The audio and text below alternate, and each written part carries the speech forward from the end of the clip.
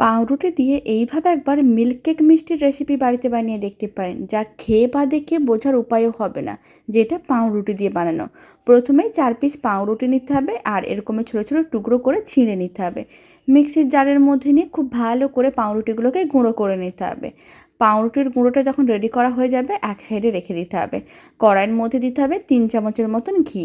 ঘিটা খুব ভালো করে কড়াইয়ের চারিদিকে ছড়িয়ে নিতে হবে। ঘিটা যখন গরম হয়ে যাবে তার মধ্যে পাউরুটির গুঁড়োটা দিয়ে ভালো করে মিশিয়ে বেশ কিছুক্ষণ নাড়াচাড়া করতে হবে। আপনারা দেখতে পাবেন যে এর কালারটা ঠিক এরকমই লাল হয়ে যাবে। তারপরে তুলে রেখে দিতে হবে। তারপরে কড়াইয়ের মধ্যে 100 গ্রাম চিনি, অল্প একটু জল দিয়ে ক্যারামেল রেডি করতে হবে। ক্যারামেলের কালারটা যখন এরকমই হালকা লাল থাকবে আবারও কিছুটা পরিমাণ জল দিতে হবে 1 কাপের মতন। আর 1 কাপ গুঁড়ো দুধ দিতে হবে। খুব ভালো করে লো ফ্লেমে মিশিয়ে নিতে হবে। মিশ্রণটাকে এবার ঘন করতে হবে। আর যখনই মিশ্রণটা ঘন হয়ে আসবে ভেজে রাখা পাউরুটির গুঁড়োটা দিয়ে ভালো করে মিশিয়ে নাড়াচাড়া করে শুকনো করতে হবে। তারপরে কিন্তু মিশ্রণটাকে যে কোনো একটা মোল্ডের মধ্যে নামিয়ে নিতে হবে। যেই শেপে মিষ্টিগুলো রেডি করতে চাইবেন ঠিক সেরকমই শেপ দিয়েই রেডি করতে হবে।